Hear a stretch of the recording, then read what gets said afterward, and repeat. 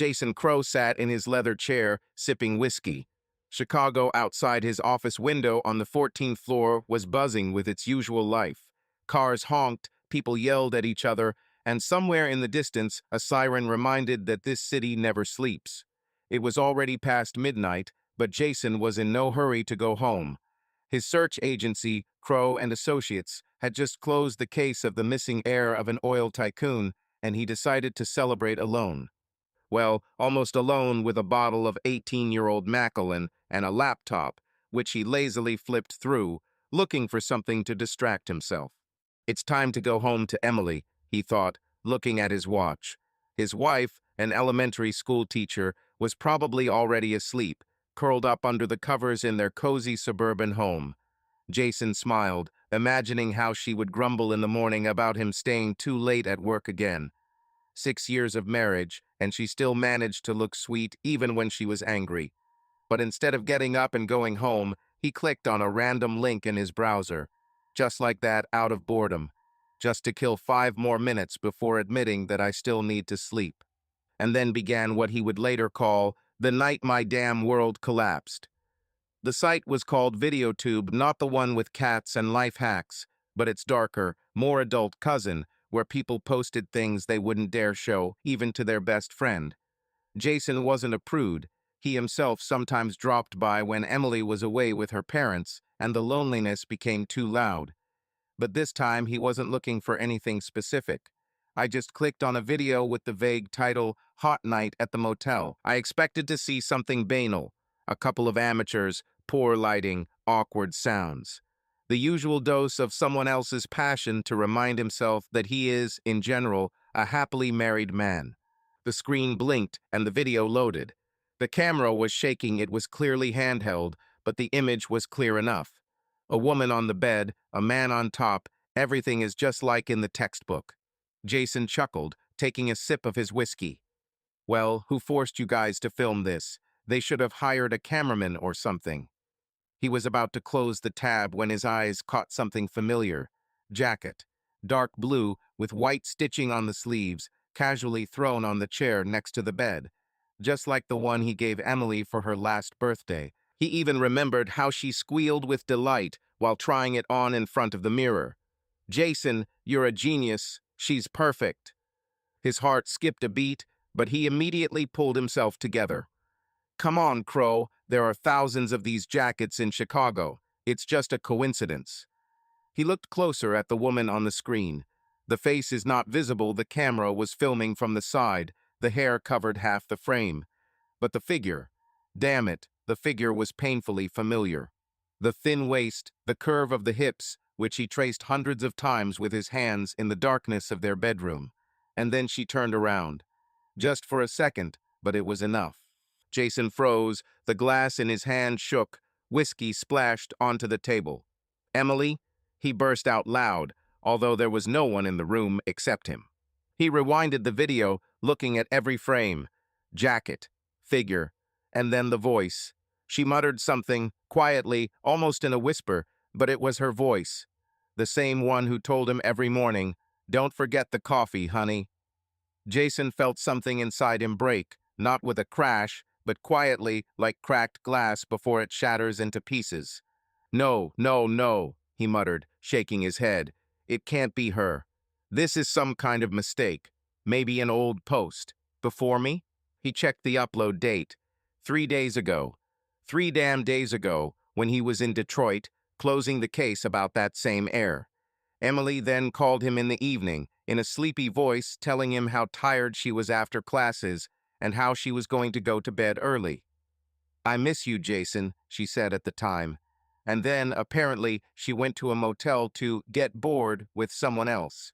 Jason paused the video and leaned back in his chair, staring at the ceiling. The whiskey in the glass trembled to the rhythm of his hand, and the same question was spinning in his head. Why 6 years of marriage? 6 years when he thought everything was perfect between them. Well, almost perfect, who doesn't have petty quarrels, but betrayal, it was like being stabbed in the back. No, worse, as if she first hugged him and then plunged a blade straight into his heart, smiling with her sweet teacher's smile. He turned on the video again, this time with some kind of masochistic persistence. I had to make sure. The man on the screen was strong, with short dark hair. You couldn't see the face, but the movements. There was something familiar about them. Jason squinted, trying to remember, and then he heard Emily call him by name. Bradley, she whispered, and the name hit Jason like a truck at full speed. Bradley Shepard, her ex. The same idiot she talked about when they first started dating. He was too rough, Jason. I left him a year before you. That's what she said. And now this rude Bradley with his wife in some crappy motel while Jason earned money to make their lives better. You're a bitch, Emily, he muttered through his teeth, throwing the glass at the wall. It shattered into fragments, leaving a dark whiskey stain on the wallpaper. And you, Bradley, are good too. I hope you have the brains to put on protection, because I'm definitely not going to raise your bastard. He stood up and walked around the room, trying to calm down. But anger bubbled inside like lava in a volcano ready to explode. Jason Crow wasn't the type to cry into his pillow or run to a therapist. He was a man of action, a man who found people even if they were hiding on the other side of the world. And now he was going to find the truth. And then he will decide what to do next. Jason grabbed the phone and dialed Nick Thompson, his friend and the best private investigator in town. Nick answered after the third ring, sleepy and clearly unhappy. Kuro, do you know what time it is?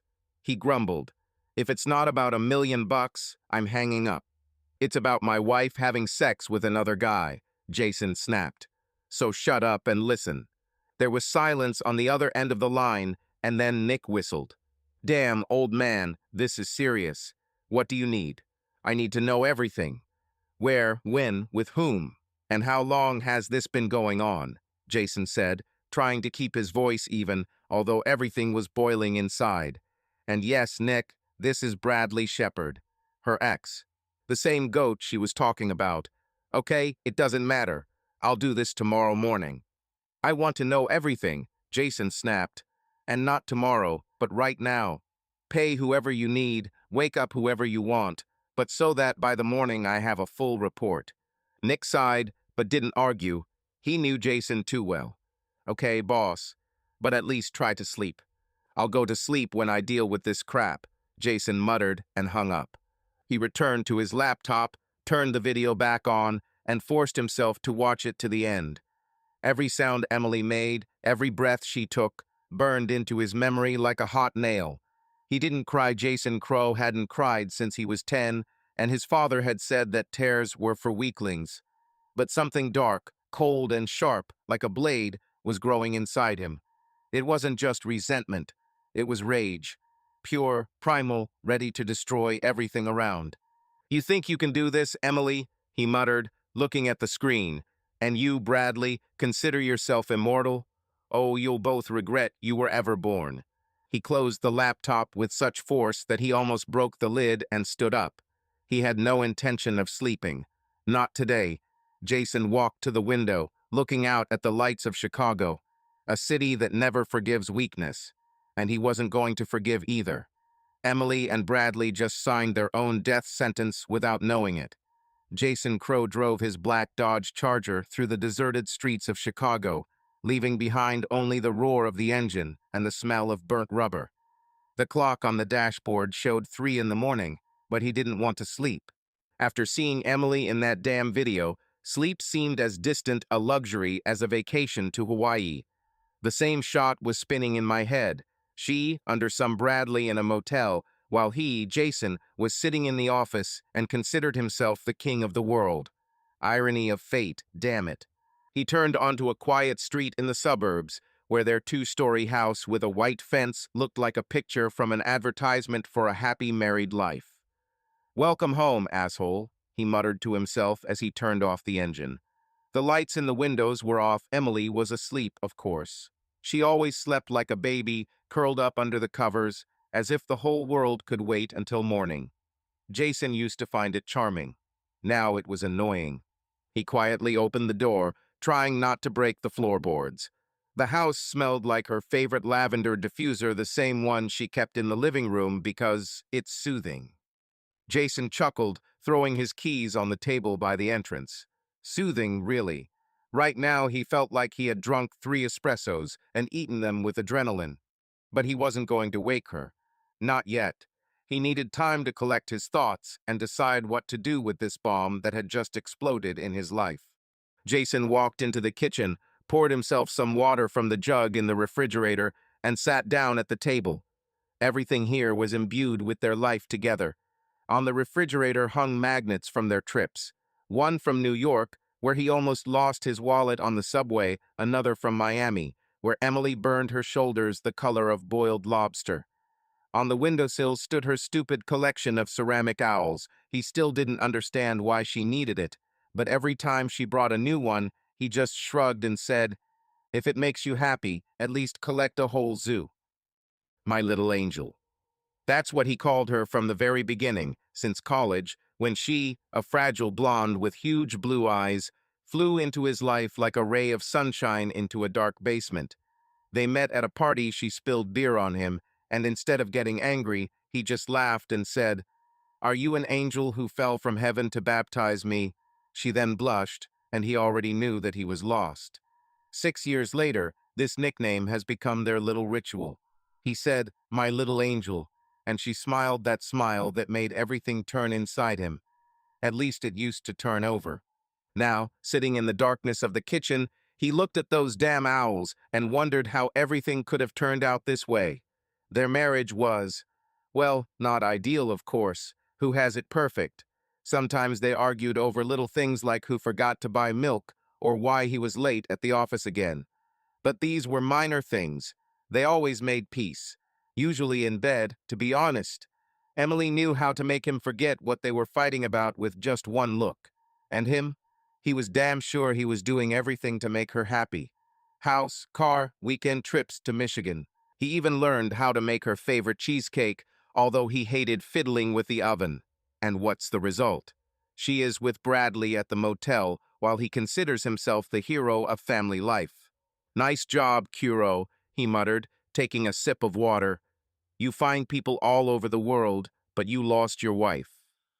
He stood up, walked into the living room, and collapsed on the sofa without even taking off his shoes. He couldn't sleep in their bedroom, next to her. Not today. He needed to control himself, and lying there, feeling her warmth, hearing her breathing, would be too much. It hurts too much. It's too dangerous. He could snap, wake her up, and spill everything right now. But no. Morning came too quickly.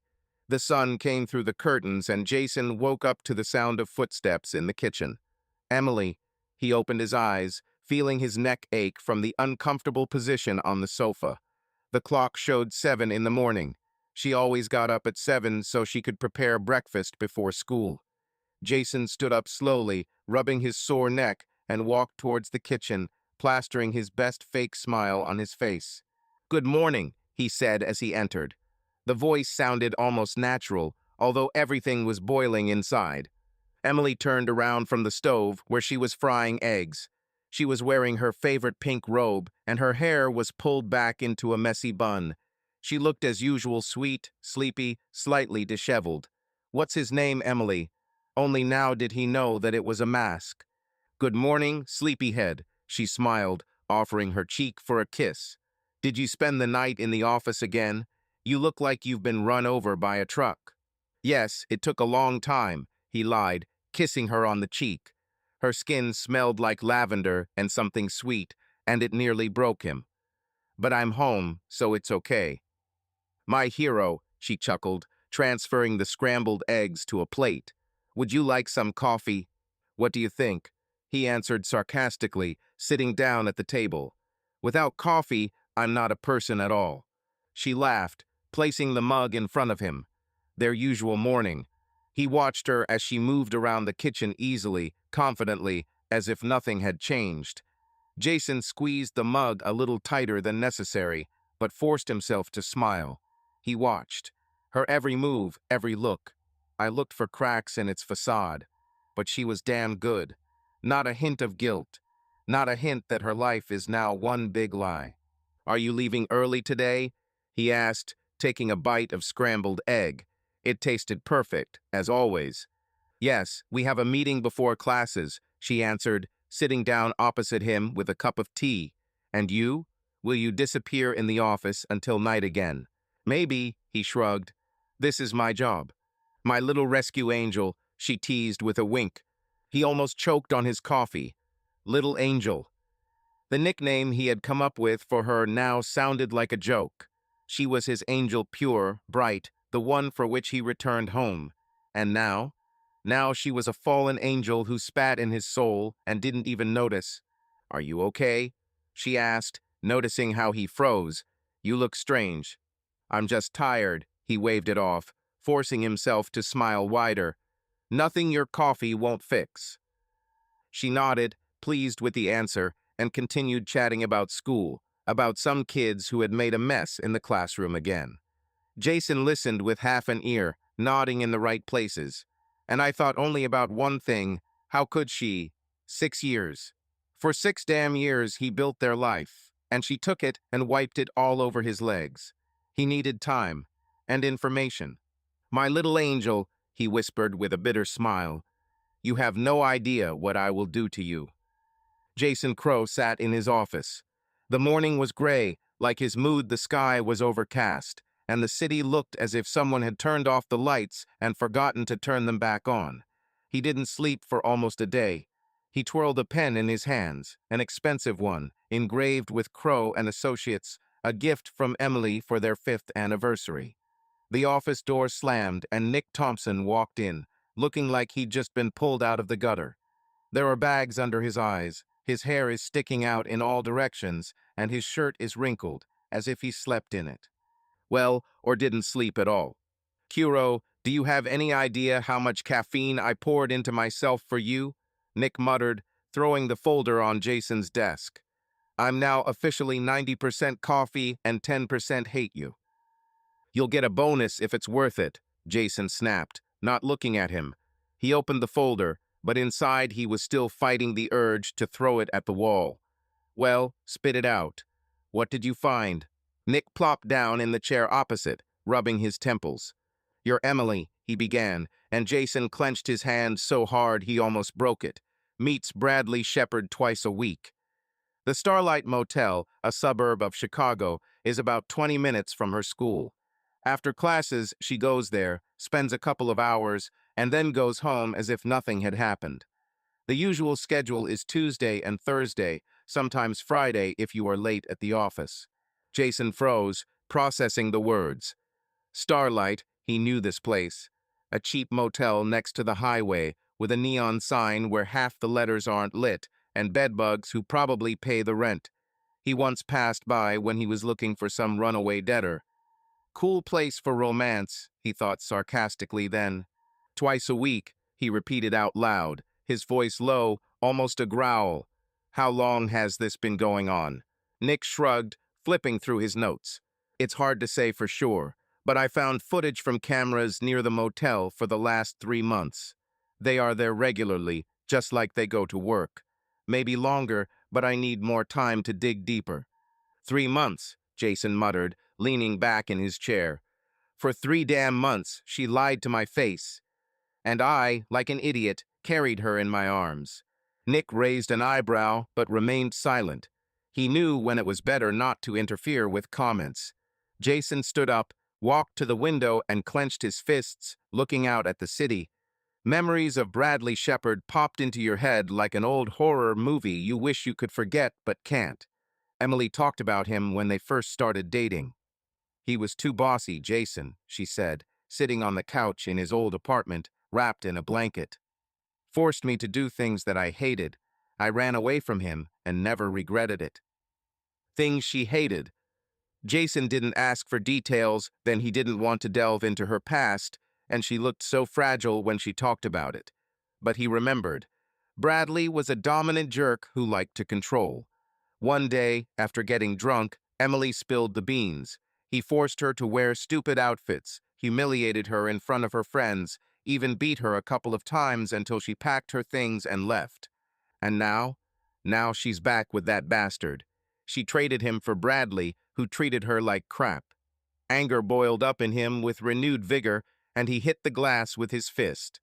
It trembled, but withstood it. It was not in vain that he paid for armored windows. "Are you okay, old man?" Nick asked carefully, watching him. "In order?" Jason turned around sharply, his eyes shining with rage. Nick raised his hands in surrender. Okay, I understand. Just don't break the furniture. It's more expensive than my car." Jason chuckled as he walked back to the table. He opened the folder Nick had brought and began flipping through it. Security photo: Emily enters the motel with Bradley behind her. Printed receipts she paid in cash, apparently so as not to leave traces on the card. Even a couple of vague shots from afar of them hugging by the car. Every frame was like a punch in the gut. "How could she?" he muttered, more to himself than to Nick. "I gave her everything. The one who beat her, humiliated her, broke her." Nick coughed, clearly not knowing what to say. "Maybe she's, well, one of those," he ventured to joke. "You know, there are those who like to be spanked and called bad girls." "Very funny, Nick," Jason snapped, but the corner of his lips still twitched. "If she was like that, I would have bought a whip long ago and saved us both a lot of time." "You see, humor will save you," Nick grinned. "But seriously, old man, what are you going to do? Divorce?" Jason shook his head as he looked at Emily's photo. She smiled in one of the photographs, the same smile that once made his heart skip a beat. Now that smile seemed poisonous to him. "Divorce? No, it's too simple. She won't get off that easy. And him too," he said, his voice becoming icy. "I want them to pay. Both. For every lie, for every time she looked me in the eyes and told me she loved me and then went to him." Nick whistled, leaning back in his chair. "Sounds like the start of a war, Kuro." "Are you sure you're not going too far? Maybe talk to her first?" "Should I talk?" Jason laughed, but the laugh was dry and angry. "About what?" "Honey, how do you like Bradley in bed? Better than me or just cheaper?" "No, Nick. I'm not going to give her a chance to justify herself. She made a choice. Now I'll make my own."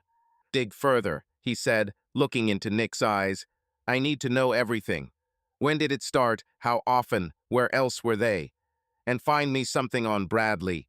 Weak spots, dirt, whatever. I want to hold him by the throat until he starts begging for mercy." "What if there's nothing there?" Nick asked. "Then find a way to make it happen," Jason snapped. "You know how it works. We don't just look for people, we look for their weaknesses." Nick nodded, standing up. "Okay, boss. But are you sure you won't break yourself? It's your wife, after all." Jason looked at him, and there was not an iota of doubt in his gaze. Jason Crow sat staring at the empty glass he hadn't refilled since his meeting with Nick. Outside the window, Chicago was buried in a gray bottom. The clouds hung low, as if the city had decided to crush it with its weight. Confirmation from Nick was like a match thrown into a can of gasoline. He leaned back in his chair, closing his eyes, and tried to imagine what a normal person would do when he learned about his wife's infidelity. He probably cries into his pillow, calls his friends, gets drunk at a bar to the point of, "Where am I anyway?" Or maybe he goes to a lawyer to get a quiet and peaceful divorce, divide his property, and forget it like a bad dream. Jason chuckled, opening his eyes. Peaceful departure? Screw him, he thought. This is not about him. Jason Crow wasn't the type to wipe away his snot and walk away with his tail between his legs. He was a hunter, and Emily and Bradley just became his prey. "Divorce?" he muttered out loud, twirling the same engraved pen in his hands. "This is for weaklings." He threw his pen on the table and stood up, walking over to the board on the wall, the same one where he usually drew diagrams for the agency's affairs. The marker squeaked as he wrote two names, Emily and Bradley. Below each is a bold question mark. What to do with them? Jason returned to his desk, opened his laptop, and stared at the screen. He needed a plan. Not just get angry and do something, but real clear, like a military operation. He opened the file Nick had sent after the meeting, a few photos, data from motel cameras, a couple of notes. But this was not enough. He needed everything. Absolutely everything, and he knew where to get it. Crow and partners, he grinned. dialing the extension number of his chief analyst, Tom River. "Time to get to work, guys." Tom answered after the second ring, his voice cheerful despite the early hour. "Boss, what happened? New business?" he asked, and Jason heard him take a sip of his coffee. "Personal," Jason snapped. "I want everything Bradley Shepard has. Address, job, bills, debts, friends, enemies, what he eats for breakfast, how many times a day he goes to the toilet. And I wanted it yesterday." There was a pause on the other end, and then Tom whistled. "Personal, you say? Did this shepherd steal your car or sleep with your dog?" "Worse," Jason muttered. "He slept with my wife." Tom choked on his coffee, coughed, and Jason could almost see him wiping the table with his sleeve. "Damn, boss, this is serious." "Okay, I'll take it. What else?" "Only him for now," Jason said, "but keep your team ready. Emily is also on the list, but I'll deal with her later." "Got it," Tom replied, already tapping on the keyboard. "Give me a couple of hours, and you will have a dossier thicker than that of a mafioso from the 80s. "An hour," Jason snapped. "And if you're late, I'll deduct it from your salary." He hung up without waiting for an answer. Tom was good the best in the business. He went back to the board, took a marker, and began to write. These were levers, pressure points. He wasn't going to just get a divorce and leave. Divorce is like giving her half of everything he earned while she was having fun with that bastard. No thanks. He wanted her to lose everything, so that every time she looks in the mirror, she sees the consequences of her very stupid choice. He returned to his laptop, opened the agency's database, and entered the name, Bradley Shepard. The system hummed, producing the first results. "I am 36 years old. I live in Chicago. Married, oh surprise, he has a wife, Linda Shepard. He works as a manager in a mid-level construction company. Nothing spectacular, but enough to get you started." Jason grinned. "The wife is already a lever. I wonder if Linda knows where her husband spends Tuesdays and Thursdays." He made a note. "Check on Linda. If she is not aware, this will be the first blow." The phone rang and Jason grabbed it without looking at the screen. "Yes, this is Tom." The analyst's voice was excited.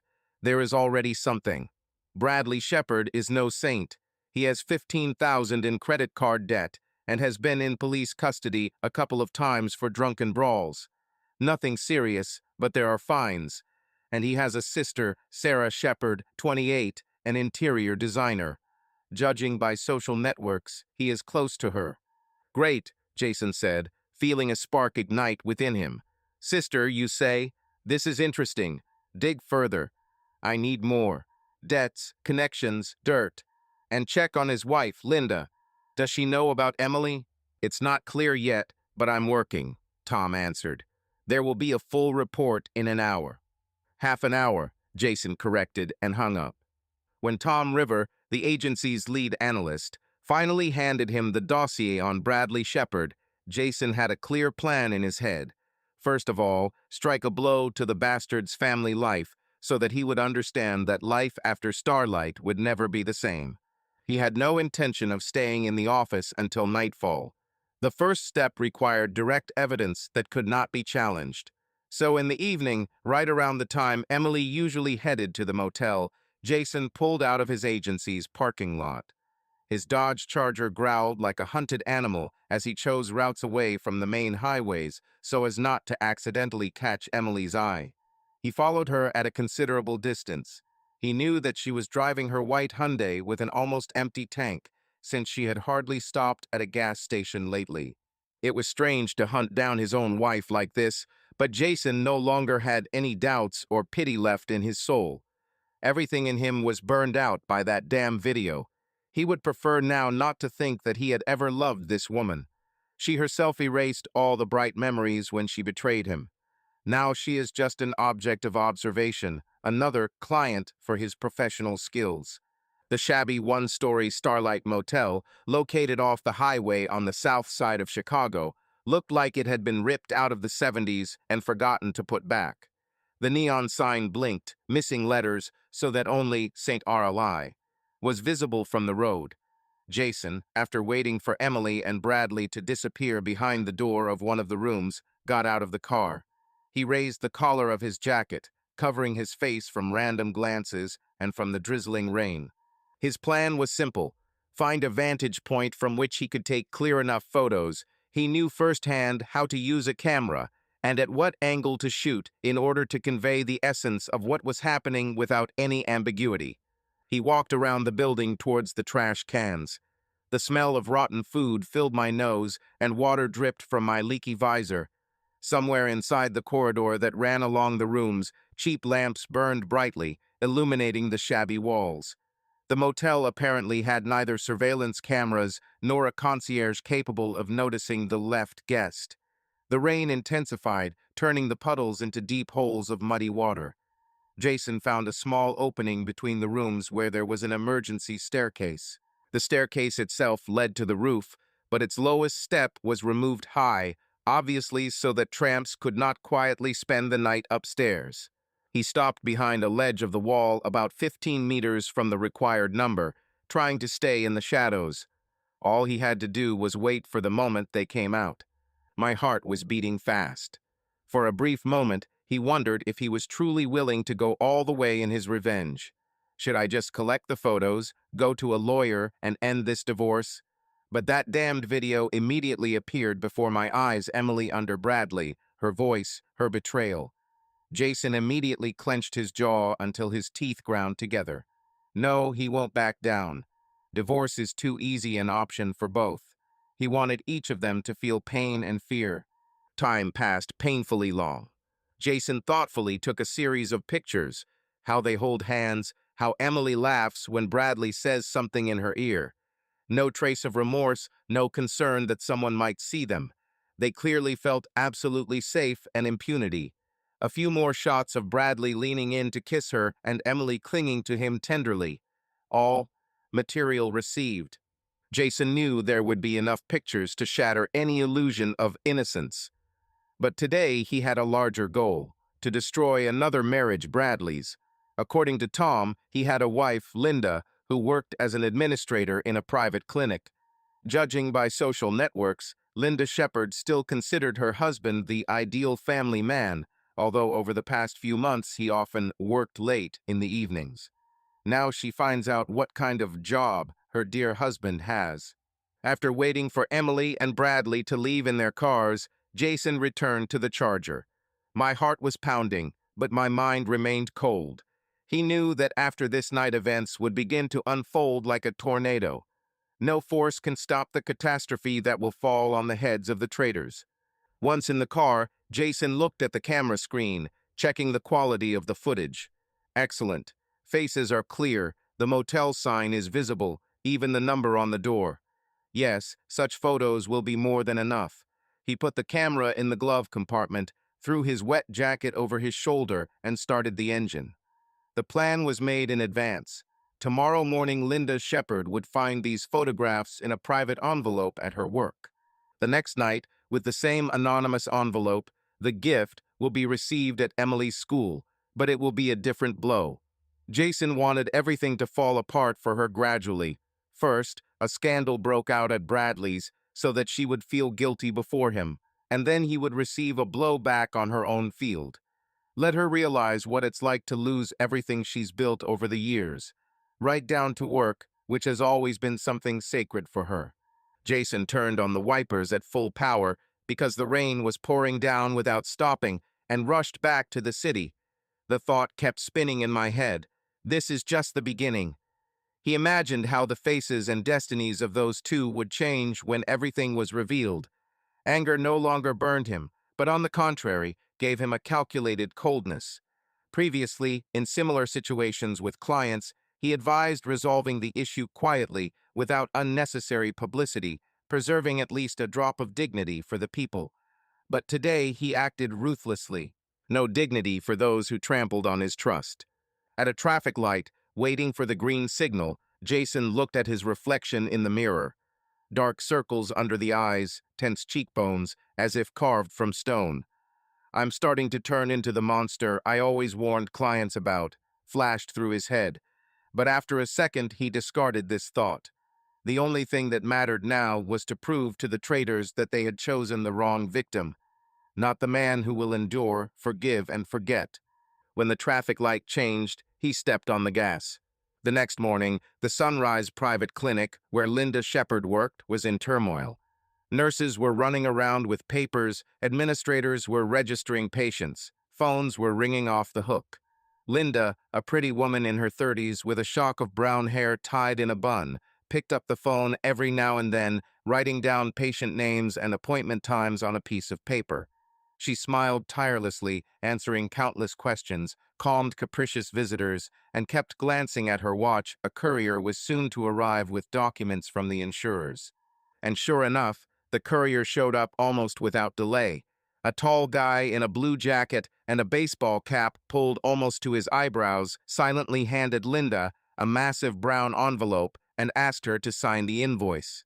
Having signed the papers, Linda thanked him and immediately put the envelope in her desk locker, deciding that she would check the documents later when she had some free time. Looking there half an hour later, she realized that the envelope was not from the insurance company at all. There was no logo or return address on it, just her name and the address of the clinic, printed on a regular A4 sheet and pasted on top. Linda frowned, feeling strangely nervous. Unknown packages rarely bode well. Carefully, almost apprehensively, she opened the envelope with a utility knife. When her gaze fell on the contents, her heart skipped a beat. Photos, dozens of photos in which her husband Bradley stood next to the blonde, very cute, if you consider her separately from the situation. The faces were all too clear, and there was no doubt that Bradley and the woman were coming out of the same motel room. Linda slowly scrolled through the pictures. Here he is kissing her, here they are laughing, holding hands, here they are getting into his car together. The last photo was a close-up of their faces, with the starlight sign visible in the background, albeit almost extinguished. Under the pictures was a short note. If you want to know the truth about your husband, count the number of photos and think how many times he lied to you. Linda's hands began to shake. Tears welled up in her eyes, but she soon pursed her lips and dried them with the edge of her sleeve. Can't be. This is some kind of mistake, a joke. But the photographs looked too real, and Bradley in them looked extremely recognizable. Some part of her mind screamed that this was a montage, a fake, but she knew her husband well. I knew his manner of holding himself, turning his head, and making some small gestures. No, it's not fake. Here he is, her ideal husband, respecting his wife and work, the loving father of their unborn child. Linda was in the first month of pregnancy, which she was going to tell Bradley about, but it looks like her news will be waiting, if they are needed at all now.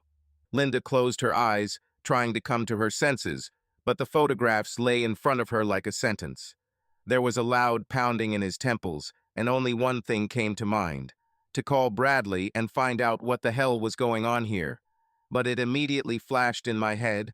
What can he say? Will he lie, dodge, or promise that this is the last time? Pain and resentment overwhelmed her, but in this very resentment rage was born. Anger at her husband, at that blonde, at herself for not noticing anything suspicious. With shaking hands, she put the pictures back into the envelope and decided that she would talk to Bradley at home as soon as he returned. Tears were still forming in her eyes, but she stubbornly wiped them away, stood up, and, putting on a perfect smile, went to the counter. Patients should not see her in this state. The day seemed endless. Linda's insides were bubbling like boiling lava, but she continued to carry out her work duties with almost mechanical precision. When the clock struck 6 in the evening, she rushed out of the clinic faster than usual and drove home. All the time on the way, her hands were shaking, and only one thing was pounding in her heart. Why? For what? Bradley came home later than usual, looking tired. He said he had a double shift in the warehouse and something about an unloading emergency. In response, Linda silently threw him an envelope on the table in the living room. Seeing the photographs, he turned pale, trying to mumble something about mistake and misinterpretation. But she, not allowing him to justify himself, threw a heavy glass paperweight that stood on the shelf at him.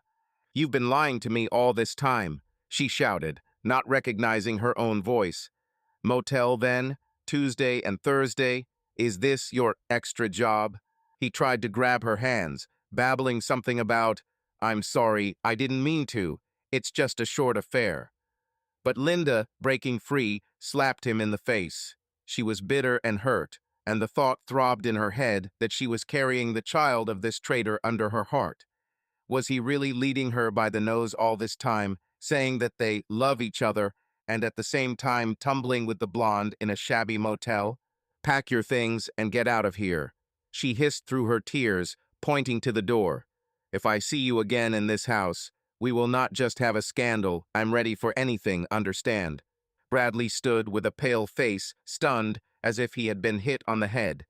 Finally, he swallowed, muttered something like, Linda, calm down, it's a misunderstanding, and realized that he had better not argue. He quickly grabbed a sports bag from the closet and began frantically throwing clothes, documents from work, and a phone charger into it. Linda stood in the other part of the room, her eyes darting around the walls, as if she didn't even want to see how this man took things from their common home. I'll file for divorce, she said quietly, but there was unyielding determination in her voice. And never come back. Never.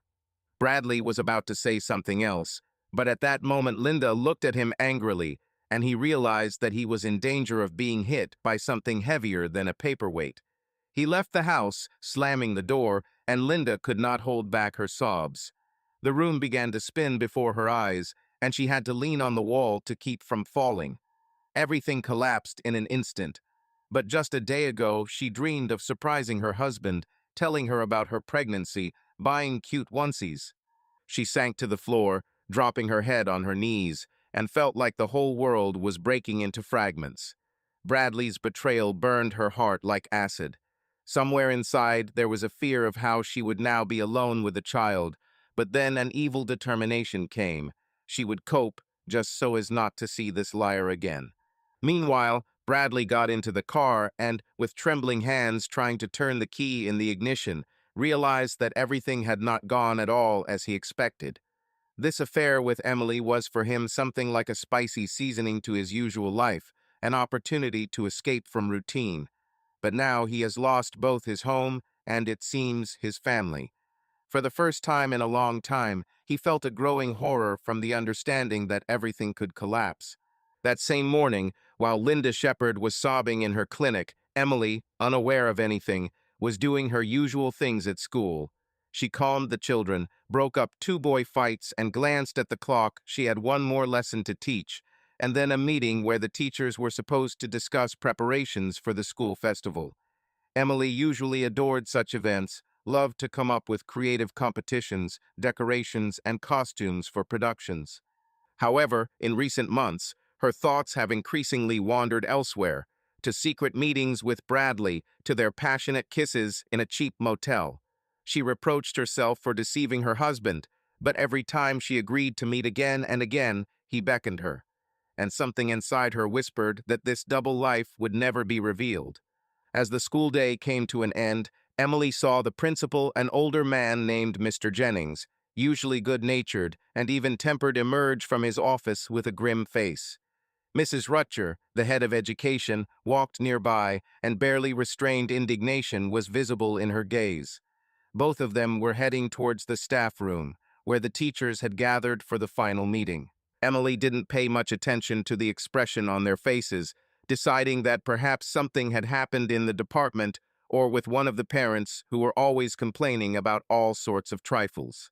The meeting began as usual, discussion of festival dates, distribution of responsibilities. But suddenly Mr. Jennings asked everyone to leave except Emily. Only he and Mrs. Rutger remained in the staff room. Emily felt an unpleasant chill in her chest when she saw the director placing an envelope with photographs on the table. He looked extremely serious. Emily, Mr. Jennings began, we received a package this morning. I honestly don't know how to react, and I don't understand who would have thought of sending this to school. He opened the envelope and poured the photographs onto the table.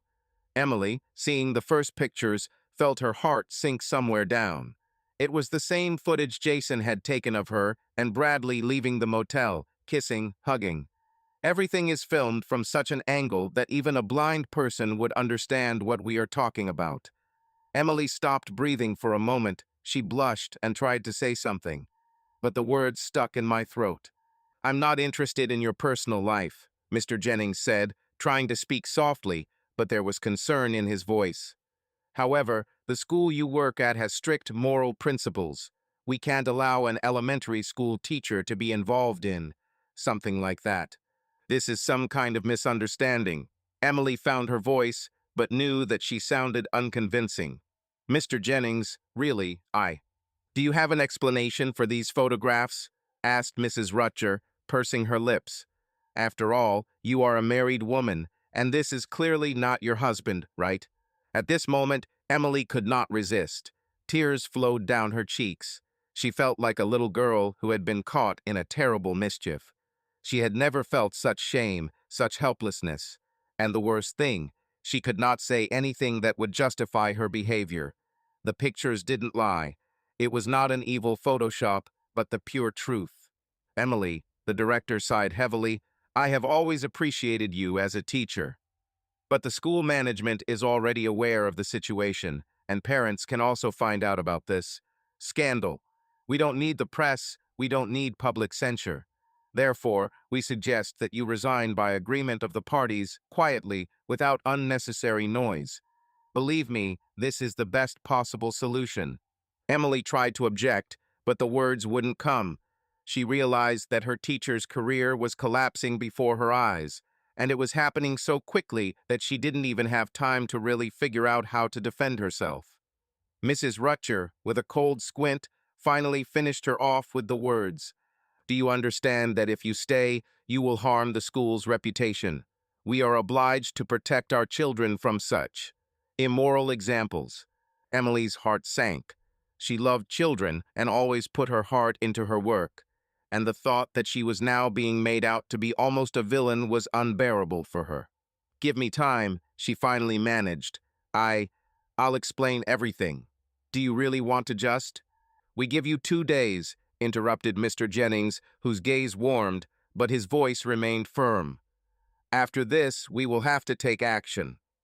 Emily jumped up from her chair, grabbed the photographs, tried to collect them in an envelope, but her hands shook and the photographs scattered on the table. Tears blurred her eyes, and despair raged inside.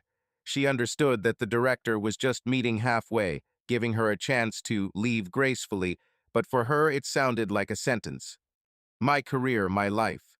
Everything is going to hell because of this stupid relationship," she thought, leaving school with her eyes burning with tears.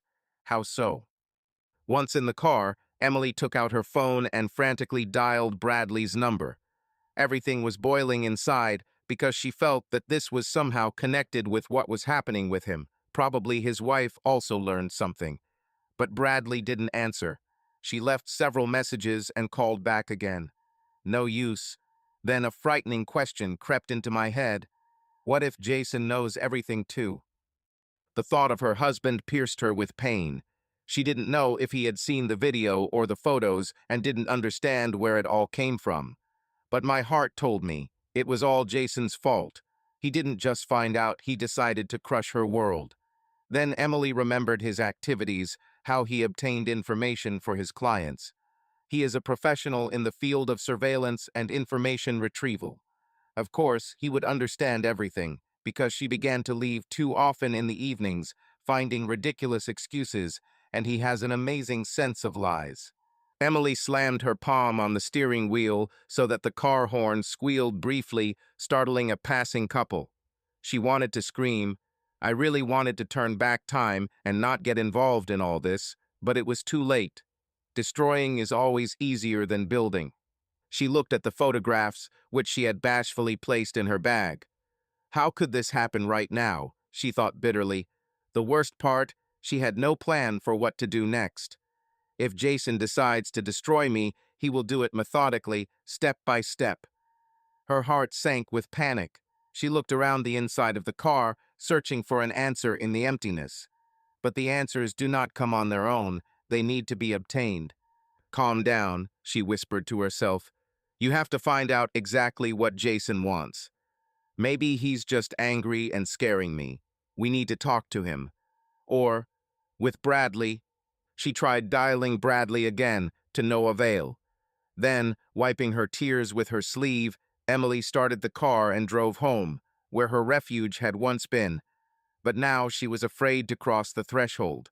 What if Jason was already waiting for her there, ready for a conversation that she could not stand? A gray evening fell over the city, and outside the windows of the Crow and Partners office, the wind threw rare drops of rain onto the glass. There was tense silence inside. The workers left work one by one, cautiously casting glances at the boss, sitting in his office with the look of a man whose thoughts are absorbed in something gloomy. Jason was waiting for the last call from Tom River. At exactly 7 o'clock in the evening, the phone finally rang. Jason grabbed the phone and heard the analyst's excited voice. "Boss, I have news. I found an interesting detail. Bradley Shepard has a younger sister, Sarah Shepard. She is 28, an interior designer, and works for herself. Judging by her accounts, she is Bradley's only close relative. They are very friendly. Sarah has no husband or children, so she pays all her attention to her brother. There are a lot of photos on social networks, holidays together, trips." "Great," Jason said evenly. "Sister, then. This may be helpful." "What else?" "Sarah makes good money, but sometimes she has black streaks in business. The payments show that she often defers taxes and manipulates some accounts. There are indirect traces of fraud, but nothing concrete. If we dig deeper, I think we'll find something to latch on to," said Tom. "Fine. Dig. And also find out what her tastes, habits are, what the office environment is like. Maybe she has her own website. Where does she look for clients? In general, everything that will help me gain her trust." "I think I'm already doing it," Tom answered cheerfully. "By the way, about Bradley, he has big debts. He is unlikely to hire a lawyer if he wants to file a counterclaim against his wife. And it seems to me that now he is not so much thinking about it as rushing around in a panic." "Great," Jason said coldly. "Let him rush about." He hung up the phone and leaned back in his chair, staring at a spot on the wall. The previous strikes had gone almost perfectly.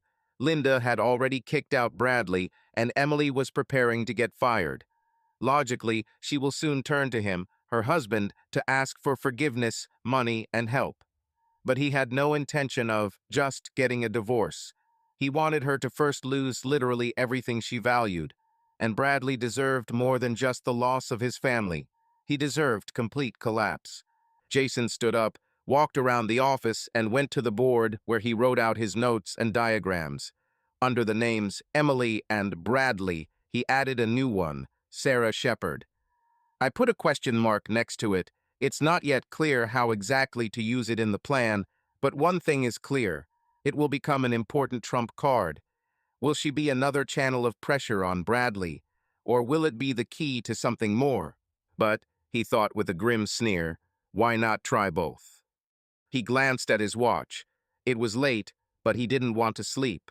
Revenge filled him with a strange charge of energy, although he could not help but notice how it was gradually eating away at his soul from the inside. But it's too late to retreat. From the very beginning of this war, he realized that he had to go to the end. Having stirred up the snake's nest, you need to destroy all the vipers, otherwise they will sting in response. Sighing, he left the office, turned off the light, and headed to the elevator. In the hall, the night guard was dozing on his post, but perked up at the sight of Jason. "Good night, Mr. Crow," said the guard. "Calm down," Jason answered briefly, pressing the elevator call button. A few days later, Jason already knew much more about Sarah Shepard than she herself could have thought. Tom sent him a detailed dossier, a list of her clients, projects she is proud of, price levels, favorite cafes where she met with clients, even approximate meeting schedules. Sarah did most of her business through word of mouth and referrals. She avoided exhibition showrooms, preferring to work live, more informally. At the same time, she carefully checked clients for solvency. After going through all these details, Jason chose one of her favorite coffee shops, Cappuccino Street in downtown Chicago. The establishment was located in an old building with brick walls and large windows. Inside, there are small wooden tables. On the walls, there are photographs of city streets. The waiters, young guys with smiles and tattoos, ran between the tables, greeting regulars by name. Sarah loved the place for its creative atmosphere and openly said on her blog that no business office inspires her as much as this cozy corner. Dressed in simple but good quality clothes, Jason took a table in the back of the cafe and ordered a cappuccino. He put the phone in his pocket and briefly checked the time. Sarah should appear in about 10 minutes. She had an appointment with a potential client, a media worker from a local TV channel. Tom got it through her mail by hacking into the database of one of the advertising agencies. About 5 minutes passed, and a woman with light brown hair, neat makeup, and a stylish beige raincoat walked through the door. She was holding a leather document folder in her hands and a bag on her shoulder. Jason immediately recognized Sarah from the photographs. In reality, she looked even more attractive. High cheekbones, thin lips, lively eyes. It was clear from her posture that she was confident in herself. Sarah looked around the room, apparently looking for that same customer, and noticed that a man in a jacket was sitting at one of the tables, waving his hand at her, obviously her client. Giving him a friendly smile, she walked towards him. Jason smiled to himself. He only had a few minutes to quickly break up this meeting or at least intercept Sarah. The problem resolved itself. The client suddenly looked at the phone, stood up, cursed the taxi service, and rushed out into the street without waiting for Sarah. Perhaps he had some really urgent business to attend to, or perhaps Tom took care of it somehow. Sarah's confusion did not last long. She sat down at a table, ordered herself a latte, and waited for the client, who seemed in no hurry to return. Jason did not miss the chance. He took his cappuccino and moved to her table under the pretext that there are no more empty seats in the hall. "Excuse me," he turned to her with a slightly embarrassed smile. "Would it be a problem if I sat down? The coffee shop is packed."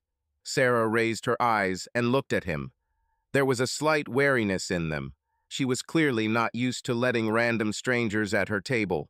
But, assessing Jason's appearance, she nodded. "Of course, sit down." He introduced himself. "My name is Jason. Do you look like you're waiting for someone?" "Yeah, a potential client. But it seems that he is now deciding some matters." Sarah shrugged and sighed quietly. "I'm afraid I'll have to sit here alone for a long time." "Oh, are you an interior designer?" Jason pretended to be surprised, as if he had just noticed the folder with examples of work that she was holding. Sarah nodded. "Yes, I design offices, apartments, in general, what people will find, and whether they need to furnish it." Jason pretended to think. "Interesting. You know, I have a small office in the center, and I've been thinking about updating it for a long time. Employees complain that it is a little dark, too formal. I can show you some of my projects," Sarah offered professionally, opening the folder. "These are not the best photos, but they can give you an idea." She opened several tabs where there were interior solutions in the loft, Scandinavian, and classic styles. Jason showed genuine interest, asking questions about what materials she preferred and how she worked with space. Sarah, feeling that she was communicating with a potential customer, soon forgot about her previous client, not even noticing that he had not returned to the hall. While she was talking about her ideas, Jason studied her facial expressions, gestures, and tone of voice. It was important for him to understand how easily she gets close to people and how she reacts to compliments. He made a few light remarks about her taste. "They say she has a great sense of style, and she clearly puts her heart into her projects." Sarah smiled, embarrassed. "In general, if you are really interested," she concluded, "I could first drive up to your office, look at the layout, and estimate the amount of work." "My business card." She reached for her bag. "Of course, with pleasure." Jason nodded, as if he had made a spontaneous decision. "I'll write or call you. My office is not very big, but—" "Don't worry," Sarah interrupted. "Sometimes even a small space can look great if you work with the right colors and lighting." Her eyes lit up with enthusiasm, and Jason realized that she loved her work. and was genuinely happy when she met people who value quality design. This means that infiltrating her life will be easier than he thought. They talked a little more about the details, and Jason thanked her and stood up. "I have to run. I have a meeting in half an hour. I am very glad that you allowed me to share the table with you. I look forward to collaborating." He left her his business card specially printed for this business, which stated that he was the general director of a small marketing company. Of course, no real such company existed, but from the outside it looked solid. Sarah glanced at her quickly, noting her phone number and email, and smiled. "Great. I'll be waiting for your call, Jason." He nodded, took his cup, signed the receipt, and left the cafe. Only when he went outside, where it was drizzling lightly, did Jason allow himself to breathe a sigh of relief. The meeting was successful. Now you need to secure it, seeming to her to be a smart, decent, and generous customer, so that she does not suspect a catch. And then, when the contact is established, it will be possible to move on to the next stage of the plan, rapprochement on a more personal level. Over the next couple of weeks, communication between Jason and Sarah went strictly in the direction of customer and designer, but gradually acquired friendly notes. He arranged everything so that the office of the marketing company looked quite respectable. He rented a room in one of the business centers for a month, hired a temporary secretary who did not ask unnecessary questions. For Jason, it was a minor investment, just a drop in the bucket compared to the cost of his revenge. Sarah visited the site several times, took measurements, and suggested various concepts. Jason each time allocated her a generous budget and agreed to expensive materials. Sarah, not used to clients who are willing to pay so much for free, was delighted. In between times, they chatted about abstract topics, about the weather, about the city, about hobbies. Sarah mentioned that she loves cycling and that she has a brother, Bradley, with whom she usually spent vacations or holidays, but now they somehow see each other less often. "He's a difficult guy," Sarah smiled one evening when they were sitting in the office, looking at samples of color panels. "Sometimes he gets into trouble, but I love him, no matter what happens. The only close person, you know." Jason squeezed his chin with his fingers, feigning concern. "Certainly. Family is sacred, and I don't have anyone particularly close. My parents died a long time ago. My brother lives in another country." He didn't lie. After his father's death and his sister's move, he was essentially left alone. But now his words serve as part of the image of a person who needs warm relationships with friends. Sarah nodded, looking at him sympathetically. "Sorry. It must be hard without a family." Jason chuckled internally, but made a sad face. "Well, she already sympathizes with him, that's a good sign." Every day their conversations became less and less formal. One day, Sarah invited him to have dinner together after they finished working on an interior sketch. She looked a little embarrassed, as if she was afraid of being misunderstood, but Jason accepted the invitation, making it as if he had no intention of refusing. Dinner took place in a nice restaurant next to the office. Sitting at a table, they tasted pasta and wine. Sarah talked about studying at design college, recalled how she dreamed of opening her own studio, and shared funny stories with other customers. Jason listened, refilled her wine, laughed, or asked questions from time to time. He felt that Sarah was beginning to see him not just as a client, but as a man who was seriously interested in her. And it was quite easy to fuel this impression in her. Light compliments, glances that were a little longer than usual. "Do you have a girlfriend?" she asked one day when the wine loosened her tongue a little and made her bolder. "No," Jason lied, lowering his eyes. "There was a relationship, but it ended. Not very well." The image of Emily popped into my head. Yes, he doesn't have a girlfriend, but he has a cheating wife whom he is going to destroy. I would like to answer Sarah. Yes, there is, or rather, there was, but now she is tumbling with your brother. But instead, he simply pretended that it hurt him to remember. It worked. Sarah watched carefully, trying not to intrude with questions, but sincere sympathy was visible in her gaze. "I'm sorry," she said quietly, lightly touching his hand on the table. "I shouldn't have asked." The touch was light, but Jason felt goosebumps run across his skin. He forced himself to keep a calm expression. He even felt a little creepy that in a different context, Sarah might have been a really interesting person to be in a relationship with. However, under the current circumstances, he only looked at her as a tool with which to hit Bradley, and the fact that she is pretty and pleasant only made the task easier. He smiled, squeezed her fingers lightly, and replied, "Everything is fine. There are just things that hurt more than you might expect. Surely you understand this." Sarah nodded, and her expression warmed. She understood it in her own way. It hurts him to talk about the past. Her feminine heart sank from such vulnerability. That's how Jason interpreted it, at least, as he watched her lower her eyes and smile a sad smile. They paid the bill in half, although Jason offered to bear the costs himself. Sarah insisted she didn't want it to look like she was taking advantage of the client. When they left the restaurant, it was already late evening. The streets were empty. The cool wind ruffled Sarah's hair, and she shivered. Jason, continuing his part, took off his jacket and threw it over her shoulders. "Thank you," she whispered, feeling his warmth on the fabric. "Let me walk you to the car," he suggested. When they approached her car, a small Ford Focus, Sarah suddenly turned to him. Her gaze was uncertain, but bold at the same time, as if she was deciding on something she had long wanted. Jason felt this moment, leaned down, and touched her lips with a light kiss. Sarah answered, trembling slightly, but without protest. The kiss was short and awkward, but for both it became the boundary beyond which their relationship was no longer just customer-designer. I. Sarah didn't finish because the words became unnecessary. She got into the car, saying goodbye with her eyes, and drove away. Jason remained on the sidewalk, feeling a strange bitterness.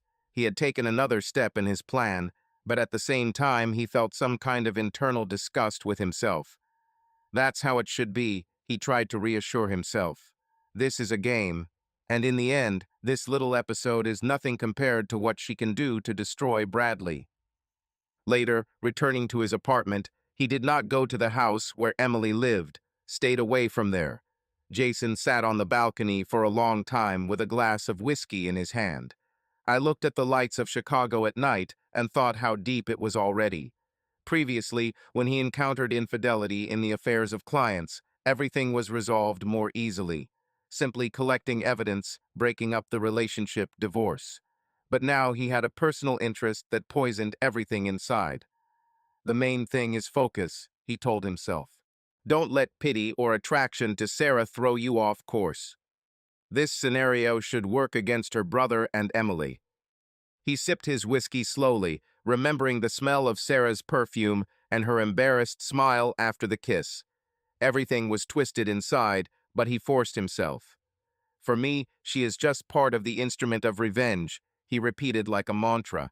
Revenge was his spirit and goal, and no doubts should overshadow it. A little over 2 weeks have passed since Jason began working with Sarah Shepard under the guise of a generous customer. All this time, he almost did not appear in the house where he lived with Emily, spending the night either in a rented apartment that he rented away from familiar areas or sometimes falling asleep right in his office. In between, he received brief reports from Nick Thompson about what Emily was doing. Mostly, she was in a state of semi-shock, having lost her job at school and trying to contact Bradley, who, alas, found himself in an even more precarious situation after his wife kicked him out. But Emily continued to stay in their shared home, as if she hoped that Jason would come to her to talk. Jason, strictly following his own plan, deliberately avoided any meetings, preferring not to open messages and ignore phone calls. He wanted her to stew in her fear and despair, not knowing what else he was capable of. Judging by Nick's stories, all Emily did these days was sit at home, forcefully eat, and call former colleagues in the hope of getting advice or support. But the school scandal had already spread throughout the area. Everyone found out that she was fired for immoral behavior. The parents of the students she had worked with for many years now looked at her askance.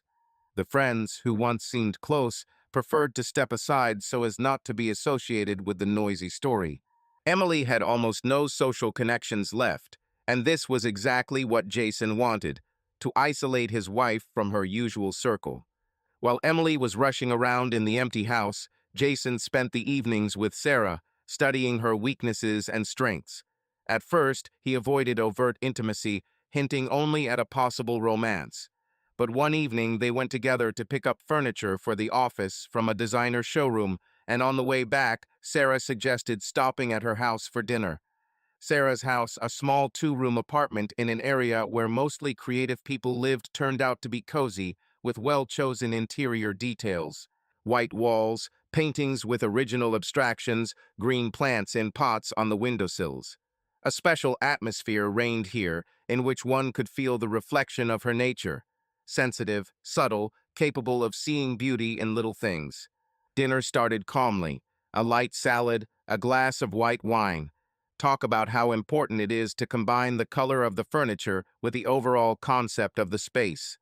But by the middle of the evening, when the wine had completely relaxed them, Sarah unexpectedly kissed Jason. This time, everything happened more decisively and boldly than during the first short kiss near her car. It was as if she had decided to take a step that she had long wanted. "Sorry if this is too fast," she said quietly, clinging to him. "But I don't know, I'm attracted to you, and I'm tired of pretending that this is just a business relationship."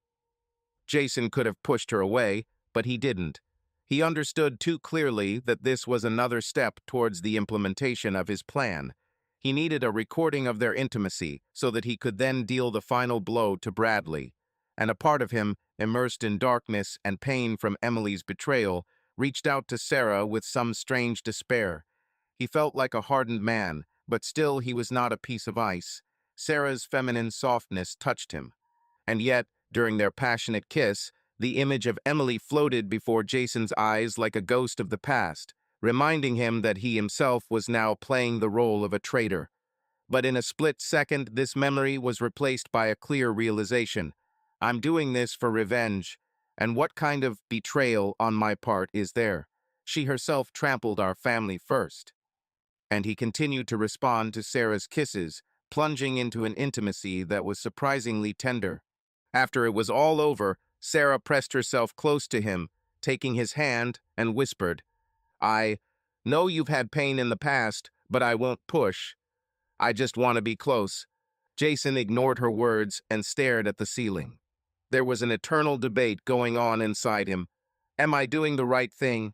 It's already impossible to stop, but why torture her too? And then he remembered Bradley and Emily, how they were probably at that very moment making plans about where else to meet, even if not in their former freedom, because Bradley was already on the verge, but who knows? His rage flared again, consuming his doubts. Sarah was just a pawn, albeit a very attractive and sympathetic one. This will happen until he decides it's time to call it a day. This happened for several days. The double life became more and more intense. Emily drowned in her own helplessness, and Sarah fell deeper and deeper in love with Jason. He, however, was in no hurry to reveal the truth to her and did not tell her almost anything about himself. Sarah was flattered by this. She thought that he was closed because he had suffered in the past, and she was able to heal him with her love. The worst thing was that all their meetings were recorded by a hidden camera installed by Jason in his temporary office, and once at Sarah's house, he quietly left an audio recorder in his bag. Lust and intrigue mixed in his mind, and he fell asleep with the feeling that he was slowly but surely paving the way to the final act of revenge. While Jason lied deeper to Sarah, Bradley Shepard found himself on the brink of survival. His wife Linda kicked him out, putting his suitcase out the door. He was running out of money, and there was a serious hitch with his work at the construction company. When the bosses found out about the family scandal, Linda was not too lazy to send them a fax with photographs. Bradley's reputation was shaken. The director directly said that the company has no unnecessary reasons to keep a person who causes negative press. They didn't formally fire him, but they asked him to leave of his own free will, otherwise surpluses might emerge in the accounting department. Bradley stole construction materials bit by bit on the side, so he could be out of work within the next week. Now he wandered around to cheap motels, where the money was enough for a couple of nights at most, and then moved to a friend from the area, who sometimes let him sleep on the couch. But according to rumors that Jason himself fueled through his acquaintances, Bradley had unpaid debts, and some were already thinking of visiting him to get their due. Everything was heading towards the fact that Shepard would find himself in an even greater trap. He did not give up his relationship with Emily, or rather, he tried to maintain it at least in the form of telephone conversations. And despite all the crap happening around him, he consoled himself with the thought that Emily could become a fulcrum. But after several calls, I realized that Emily herself was in a deep crisis. She complained that she was afraid of Jason, that he could completely destroy her, and that she herself had no money or work. Bradley noticed that her conversations became more restrained, as if she was waiting for him to solve all her problems. Damn, he thought, I was hoping that she would help me, but it turns out that I have to save her. They agreed to meet to discuss how to move forward. Bradley assured that there was an acquaintance who could find them a place in another city if they could get the money to move. The main thing is to leave Chicago, he said, not realizing that Jason Crow was hearing about these plans from Nick, who continued the surveillance. Jason had long intended to make the following move. Firstly, to set up Bradley for some kind of criminal history, and secondly, to deprive him of even that tiny chance of escaping to another city. He consulted with Tom, his analyst, and he found out that Bradley had a habit of resorting to illegal earnings. He sometimes earned money by selling steroids at the gym. It was the perfect hook. By involving a couple of cops he knew, Jason could arrange for Bradley to be caught red-handed. Everything happened in a week. One evening, Bradley met with another client who asked him to get a large batch of banned drinks. Bradley, in dire need of money, agreed to the deal, setting a time and place. He had no idea that a person was speaking to him, secretly collaborating with Jason, and all calls were accidentally recorded. When daylight arrived, Bradley arrived at the vacant lot with a bag of substances in his trunk. Within a couple of minutes, his car was surrounded by police, who received an anonymous tip. Bradley tried to justify himself, but the drugs found in the trunk left no doubt about his guilt.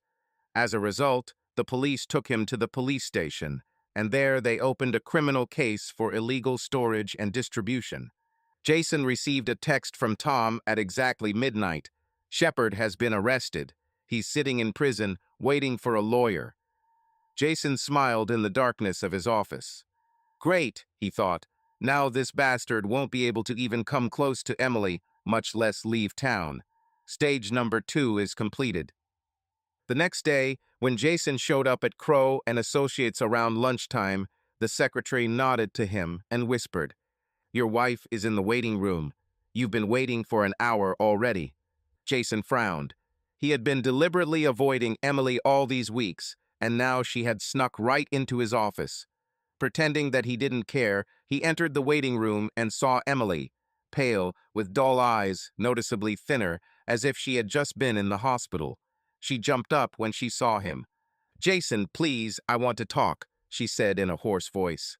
He answered evenly, "Come into the office." Closing the door, he sat down at the table, carefully looking at her from head to toe. Emily tried her best to hold on, but it was obvious that she was on the verge of a nervous breakdown. Jason felt a pang of strange pain. 6 years of marriage had left their mark, and the sight of his wife in this state still tugged at his heartstrings. But he quickly suppressed any pity, remembering the video from the Starlight Motel and her happy face under Bradley. "What do you need?" he asked coldly. Emily swallowed convulsively. "We didn't talk. You disappeared. I know that you found out about my betrayal." She looked away, and her voice trembled. "And now I understand that everything that happened to me was your work. You destroyed me at work. You arranged everything so that no one would want to help me. Maybe I've also staged a worldwide alien conspiracy," he snorted. "Stop being dramatic, Emily. The fact that you lost your job is a natural consequence of your behavior.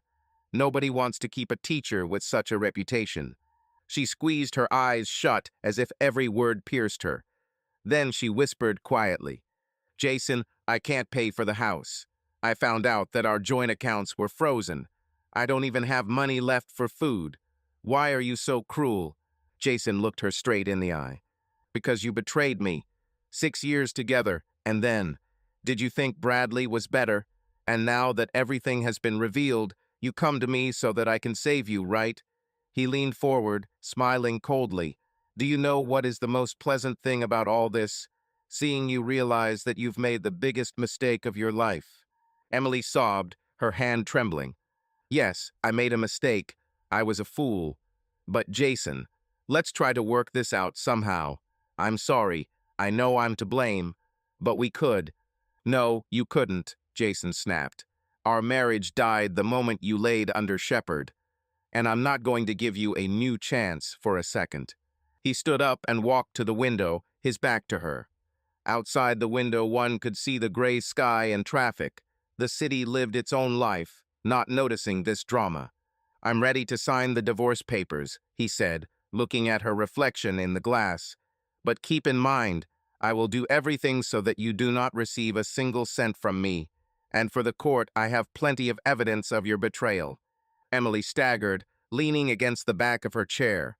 Then, with despair in her voice, she asked, "What should I do now?" "Your problems," he answered without turning around. "You can ask Bradley for help." "Oh yeah, he's in jail now." How awkward it was, wasn't it? She twitched in fear. "In prison. He just said yesterday that he wanted to escape the city." "What happened?" Jason turned around with a cold smile. "Caught selling illegal drugs. He has a deadline, so you can go see him on a date if they let you in. Now go away, I have work." Emily almost collapsed to the floor, barely holding on to the back of the chair, and looked at Jason with wide eyes, full of fear and pain. It suddenly became clear to her that he was capable of anything, and that all her hopes for salvation had collapsed. "Go away," he repeated indifferently. She seemed to want to say something else, but she just silently turned around and left. Jason remained at the window, clenching his fists until his knuckles turned white. My heart was heavy. When the door slammed shut, he angrily hit the wall with his fist, as if throwing out the remnants of conflicting feelings. "I have to be firm," he told himself. "She deserves it." After Emily's visit, Jason went to Sarah to take his mind off his mental turmoil. He felt that he needed to quickly bring the plan to the end. There were too many intense emotions. He began to doubt too much. But doubt is the worst thing that can happen in the matter of revenge. That evening, Sarah was waiting for him at home with a home-cooked dinner and candles on the table. She looked happy and a little excited, as if she was preparing a surprise for her loved one. Jason, entering her apartment, tried to smile, but inside he was scratching. He understood that Sarah, not knowing the whole truth, was sincerely falling in love, and he already had plans in his pocket to drain her. "Hi," she said, straightening her hair. "I hope you're hungry." "Yes," he nodded, kissing her forehead. They had dinner, while Jason mechanically answered her questions about the office and problems with clients, making up stories as he went. He was disgusted by how cleverly he could lie and at the same time look almost sincere. But he could no longer remain himself.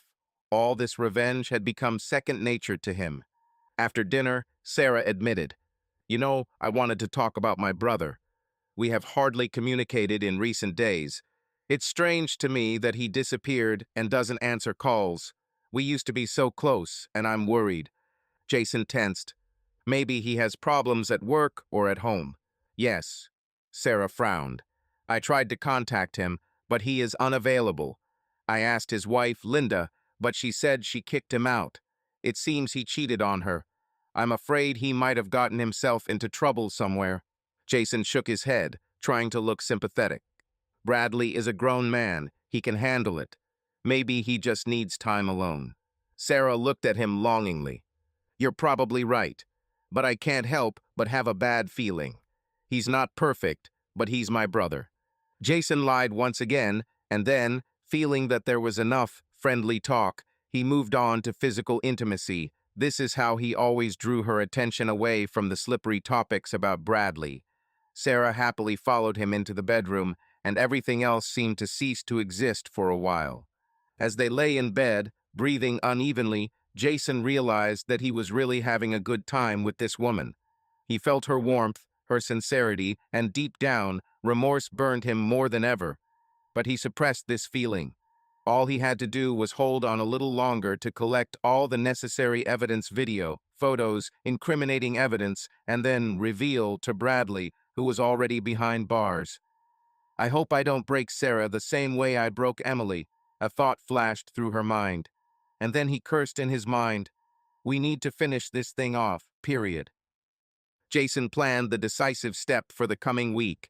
He realized that simply hidden recordings and photographs would be a powerful argument against Bradley, but he wanted to make everything as painful as possible. He needed piquant material, a moment in which Sarah confesses her feelings for him or just an echo of her passion. It is desirable that in the video her face expresses not only pleasure, but also something that would make Bradley mad with jealousy and impotence. Jason arranged a meeting with Sarah at the office where they would close the project. In fact, professional covert surveillance equipment was already installed there, capable of filming from any angle in HD quality. He connected his laptop to the system in advance, intending to then review the recording, edit it, and send everything to Bradley in prison, either personally or through well-wishers.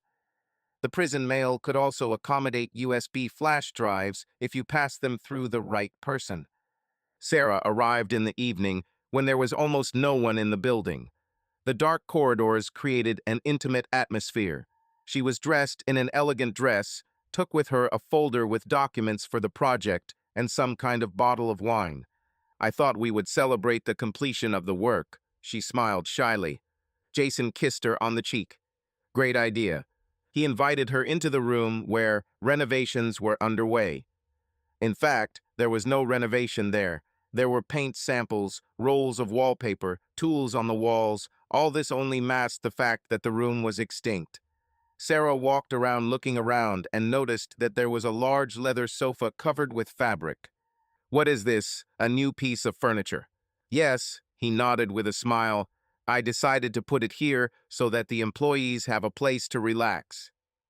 They sat down next to each other, opening the wine. Sarah tried to talk about future projects, but it was obvious that she was not attracted to him for work. Jason jokingly offered to test the sofa for strength, and they both laughed. Then the laughter turned into more open gestures. Jason found his heart beating too fast, partly from excitement, partly from the knowledge that he was leading Sarah to be slaughtered. The soft fabric, the smell of wine, her hair sliding along her cheek. Through all this sensuality, Jason, at the edge of his consciousness, remembered that the camera was on. He knew that every second was being recorded in high definition, that every breath was being captured for later review. Sarah kicked off her sandals, hugged him, and kissed him on the lips. Scraps of thoughts flashed through Jason's head. This is the last time. Once I get this video, it's over. I will tear her out of my life and crush Bradley completely. Her fingers slid over his shoulders, his dress sliding down, revealing smooth skin. Jason responded to her caresses, trying to drown out the voice of his conscience. After a few minutes, their breathing became louder, their movements more and more sensual. And somewhere in a dark corner of the room, a small LED blinked dispassionately, indicating that a hidden camera was recording. When it was over, Sarah pressed herself against him, staring at the ceiling. Her eyes shone, and a happy smile wandered on her lips, such that could melt the heart of the coldest person. Jason felt a sharp pain inside. He realized that he had just become the reason why this woman could lose brotherly love. I seem to have fallen in love with you, she suddenly said. I know it sounds stupid. We've known each other for less than a month, but I feel so good with you. The corners of Jason's lips twitched. He covered her hand with his. Sarah, me too. And he lied again, as he had done dozens of times already.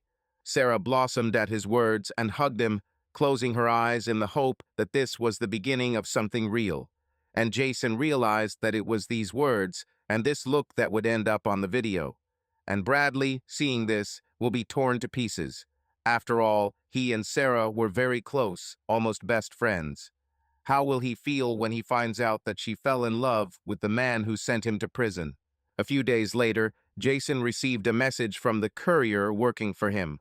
Parcel delivered, response expected soon. This meant that the flash drive with the video fell into Bradley's hands through a bribed security guard. There were also photos of intimate moments taken by Jason on different days. Pure digital material that hits the brain harder than any verbal denunciation. That evening, Nick Thompson called him. "Damn, Kuro, you should have seen Shepard's face. He's furious. They say he watched this video, almost broke his laptop, and yelled that he would kill me as soon as he gets out." "And he won't get out," Jason chuckled. "Yes, not soon. But," Nick lowered his voice, "you know, he can be transplanted along with the difficult contingent. Are you sure you want this?" Jason paused. Deep inside, a shred of humanity still stirred. He did not plan to directly kill Bradley. But the memory of Emily's betrayal and the humiliation he had suffered stirred up his anger again.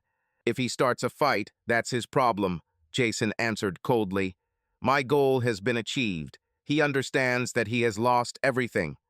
And what happens next is his choice." "I see," Nick said briefly. "Okay, I won't interfere." They ended the call and Jason sat back in his chair. The image of Emily flashed before her eyes. She was somewhere at home, without money, without work, and probably found out that Bradley was a donkey in the zone. Now their future together has collapsed completely. "Well, Emily, you signed the verdict yourself," Jason thought. "Now live as best you can." The next day, someone brought a letter addressed to Jason to the Crow and Partners office. The handwriting was sloppy. The letters were a little smudged. The secretary said that the envelope was handed over by some suspicious guy without introducing himself. Jason guessed that this might be news from Bradley, who decided to contact him directly. He opened the envelope. There was one piece of paper, written in a hurry. "Kuro, do you think you've won? I may have to sit, but when I get out, consider yourself dead. I know everything. What you did to Sarah is beyond the pale. You brought over to your side the only person who has always been with me. But believe me, even if they kill me in prison, I will find a way to take revenge. Bradley." Jason clenched the paper in his fist. He was prepared for such a reaction. "Well, yes, threaten. What can you do from behind bars?" He smiled bitterly. Meanwhile, Sarah began to notice changes in Jason's behavior. He became more nervous, periodically turned off his phone, and became isolated. She tried several times to ask him what was going on, but he just brushed it off with references to stress at work. One day, when she came to his office unannounced, she caught him just as he was sending an encrypted file to someone. Folder names flashed on the screen with labels, including the strange name Shepard_Bradley. "What is this?" Sarah was surprised, stepping closer to the table. Jason abruptly closed his laptop and stood up, trying to hide his irritation. "Sorry, confidential data. Working with a client associated with a hopeless debtor." "Ah, I see," she said, slightly confused. An awkward silence hung between them. Then Sarah lowered her eyes. "There is news about my brother. I was informed that he had been arrested. It seems for possession of prohibited substances. I'm shocked. I don't know what to do." Jason looked at her, realizing that she was about to link Bradley's arrest with some of his actions. But Sarah did not yet suspect how deep it all went.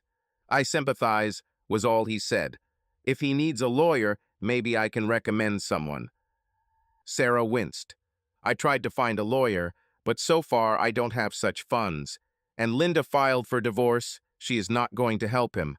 I'm alone, and I don't have that kind of money to pay for good legal services." Her eyes filled with tears.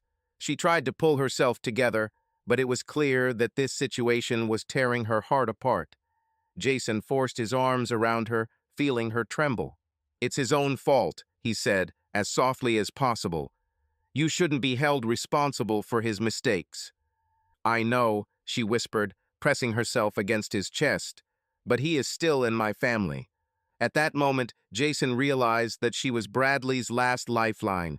If Sarah gets serious, hiring a lawyer and starting to dig, perhaps some details will come to light, including Jason's connection to this setup. He needed to break her resolve to help her brother. Sarah, I understand you. But think about it, all these things. Do you want to get into this swamp and also suffer? He made his voice sympathetic but firm. I'm just afraid for you. She sobbed. Yes, maybe you're right, but I cannot remain idle. I should at least try to get him a lawyer. Okay, he nodded, pretending to be compliant. I will help you find an inexpensive but skillful defender. I promise. Sarah smiled at him gratefully. Little did she know that the help he would supposedly provide would actually bring the whole situation to a dead end for Bradley. Jason was going to hire a pocket lawyer who would imitate vigorous activity and ultimately lose the case. While Sarah struggled with the desire to help her brother, Emily was on the verge of a nervous breakdown. The house she shared with Jason was now officially frozen due to loan proceedings. Jason, using his banking connections, filed ongoing lawsuits to prevent any financial transactions with the property. Electricity and water were turned off for non-payment. Emily could barely scrape together enough change to buy food. Over the course of a week, she lost even more weight, and she had to sell some of the jewelry she had given her in former happy times in order to pay at least some bills. She made desperate attempts to find a job, but her scandalous reputation followed her. All schools and educational centers refused, not wanting to take risks. Sometimes she cried at night, replaying images of her life in her head. How happy she and Jason were in the first years of marriage, how they had breakfast together, laughed, and made plans for the future. Now everything has become a nightmare. She called him, begging for a meeting for help, but he changed the number or simply did not answer. Finally, Emily realized that it was useless to count on him. A crazy thought came into her head. Maybe she should talk to Sarah Shepard, Bradley's sister, and do something together. After all, both Bradley and she herself turned out to be victims of an unknown conspiracy, and Emily already guessed who its organizer was. But Emily didn't know where to look for Sarah, and she was afraid that Bradley's sister would simply hate her the reason for the collapse of her brother's family life. Days passed in endless attempts to find at least something to survive. One day, the police came to the house with a notice of debt. Realizing that she was threatened with eviction, Emily packed a few things into a suitcase and, without waiting for the bailiffs to arrive, ran away, managing to block the front door. She was like a homeless person, with no idea where to go. I wanted freedom, I wanted passion, she thought with bitter irony. And now I have nothing. While Emily wandered, Sarah tried to keep herself together by raising money for the lawyer Jason had found for her. In fact, this lawyer turned out to be a pleasant-looking man of about 40, but closely connected with one of the gray bureaus known for its corruption. Jason agreed that this man would accept the payment, begin prosecuting the case, but would work against Bradley without taking any real steps toward his release. Sarah, of course, didn't know about this. She begged her friends to lend her money, sold her laptop, and a couple of valuable things from the apartment. Her entire future fate in the design business now also hung in the balance. But love for her brother, or rather guilt, forced her to make sacrifices. I can't let him sit for something that someone might have set up, she told Jason. Bradley is no saint, I know. It's strange to me that everything came up so suddenly. Jason, to distract her from this thought, began to tell false details about Bradley's previous offenses, as if Shepard had already been caught for something similar, and that an arrest was only a matter of time. Sarah nodded helplessly. Although she loved her brother, she felt that he had changed a lot in the last year. It's probably his own fault, she sighed. Thanks for helping, Jason. He just smiled wryly, always happy to help. Meanwhile, he continued to play the role of lover, took Sarah to restaurants, to the theater, and sometimes accidentally placed programs on her computer that could read correspondence. He controlled her every move, fearing that she would suddenly find a real lawyer. But Sarah remained in a cocoon of trust after all. She saw her savior in him. A few days later, it was Sarah's lawyer's turn to work. As planned, he played for time, collected signatures, but in the end declared that the matter is complicated, there is little chance. Bradley, being in the prison block, did not know what exactly was happening, but from snatches of conversations he suspected that his sister had hired some hack. He tried to call Sarah, but often could not get through. Her assistant answered the phone, claiming that Sarah was not there. He felt that the world was closing in around him.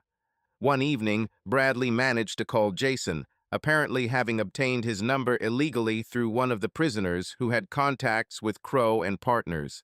Jason couldn't believe his eyes at first when he saw an unfamiliar prison number flash up. But overcoming his surprise, he answered, "Yes, it's me, Bradley Shepard." A hoarse voice was heard. "You bastard destroyed me. But I want you to know that I won't forget this. Yes, I may not get out of here. But Sarah is innocent. You dragged her into your vile plan.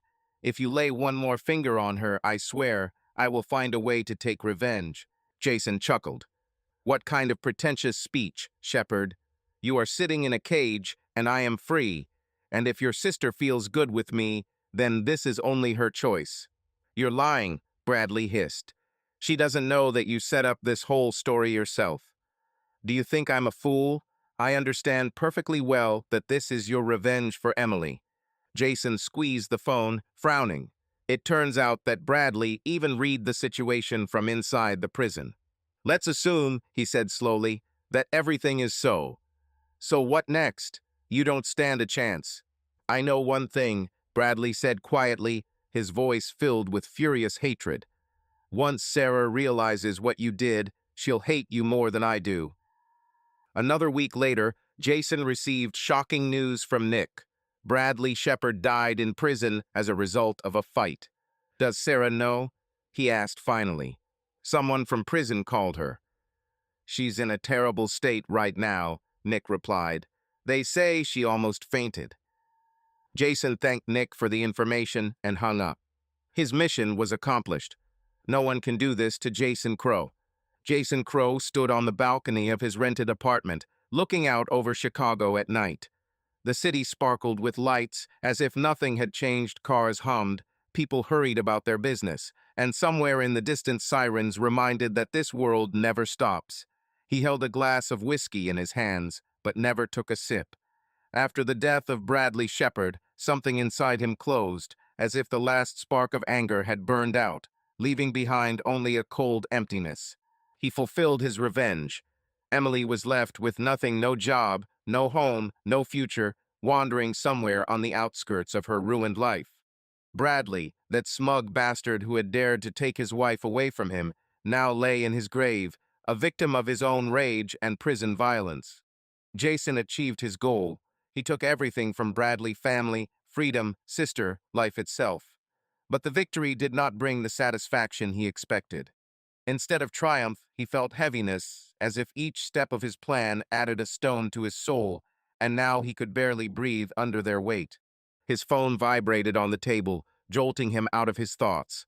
It was Sarah. She called for the third time that evening, and Jason knew he couldn't ignore her anymore. After Bradley's death, she was crushed, lost, like a child looking for answers where there are none. He picked up the phone. "Jason." Her voice trembled, soaked in tears. "Where are you?" I don't know what to do. They told me that Bradley, that he was no more. I don't believe it. I don't want to believe it." He closed his eyes, clutching his phone. Her pain cut him more sharply than he expected. Sarah was an innocent victim in this war, a pawn he used to finish off his enemy. But now that it was over, he couldn't just throw her out of his life like a used tool. She became something more, a thread connecting him with the remnants of humanity that he had almost lost. "I'm coming to you," he said quietly but firmly. "Just wait for me." Half an hour later, he was already standing at her door. Sarah opened it, and the sight of her broke his heart more than he was willing to admit. Her eyes were red from crying, her hair was disheveled, and in her hands she was clutching an old photograph of her and Bradley smiling at some family holiday. She rushed to him, buried her face in his chest, and burst into tears. "Why, Jason? Why is this so? He was my brother. The only one I had. He hugged her, stroking her back, and for the first time in a long time, he felt not like a hunter, not an avenger, but just a person. He couldn't tell her the truth, not now, perhaps not ever. But he could give her what was taken from her: support, warmth, a chance to start over. "I'm here, Sarah," he whispered. "I'm not going anywhere." Several months have passed. Jason and Sarah started living together. This was not a sudden decision, but rather a natural course of events. She needed someone to fill the void left by her brother's death, and he was looking for redemption, although he wouldn't admit it even to himself. Their relationship was not ideal. There was a shadow of the past in it, unspoken questions that Sarah sometimes asked, looking at him with slight doubt. But she didn't dig deeper, perhaps afraid of what she might find. Jason closed the Emily and Bradley case in his head, like closing an old book that you don't want to read again. He sold the house where he lived with Emily, froze all her attempts to contact him through the court, and moved the agency to a new office, away from old memories. Crow and partners continued to work, finding people and solving secrets, but Jason himself began to take on personal matters less often. He's tired of hunting.